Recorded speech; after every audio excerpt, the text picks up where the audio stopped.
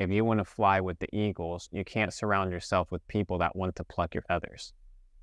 You need to surround yourself with people that are going to elevate your spirit, that are going to elevate your intellect, and that are going to challenge you. What is your train of thought from somebody that is in a background where, they don't have a network, their family does not support them, they haven't followed the status quo of the school system, the upbringing or surrounding that's around them isn't elevating them like when you started? What is your message to those people? For all those people, you need to get part of a community that has similar interests. There's a saying, you show me your 5 closest friends and you'll show me who you are. So if you have a bunch of, let's say your 5 closest friends are sitting there going out to clubs on the weekend, smoking weed, playing video games, it's a very high probability that you're going to be doing the same. Versus if you have 5 millionaire friends, it's going to be very difficult for them not to pull you up, because all they're talking about, oh, I just did this in my business. Oh, I just hired this new marketing agency. Oh, I just hired this new conversion rate optimization guy. Oh, I just hired this new CPA, whatever it is. All they're talking about is high level stuff. So the first thing and the best thing you could possibly do is join a community or get a group of high level friends. That is the fastest way to level up that you can possibly know. 30 years, I was kind of a lone wolf.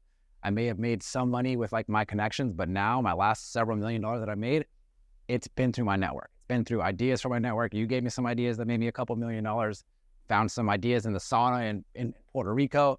And now I'm going to make a lot more money with some more connections that I've met in Puerto Rico. So I think that your network is very underrated, and people don't understand how much money you could actually make from having a good network, or having a good network of people that are giving you ideas that will spark your brain and spark your creativity to go in another direction.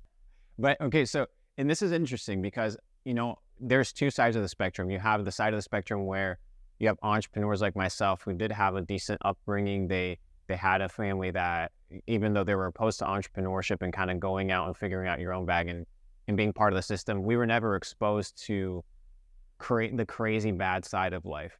You weren't supposed to make it. Out of a statistical understanding of the world, your upbringing, your parents, kind of your environment, the fact that you didn't adapt in school, you weren't supposed to make it. You had this groundbreaking moment, this catalyst moment where you, like you said, you realize that you can create reality.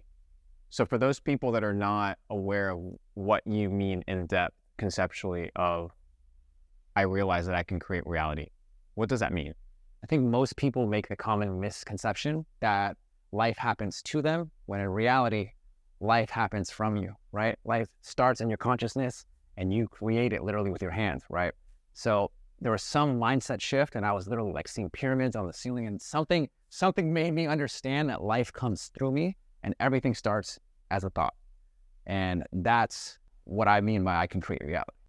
Not only identify high quality opportunities, but identify when you're fighting the trend versus when you're riding the trend. Because when you're riding the trend, now you're in a situation where momentum is in your side.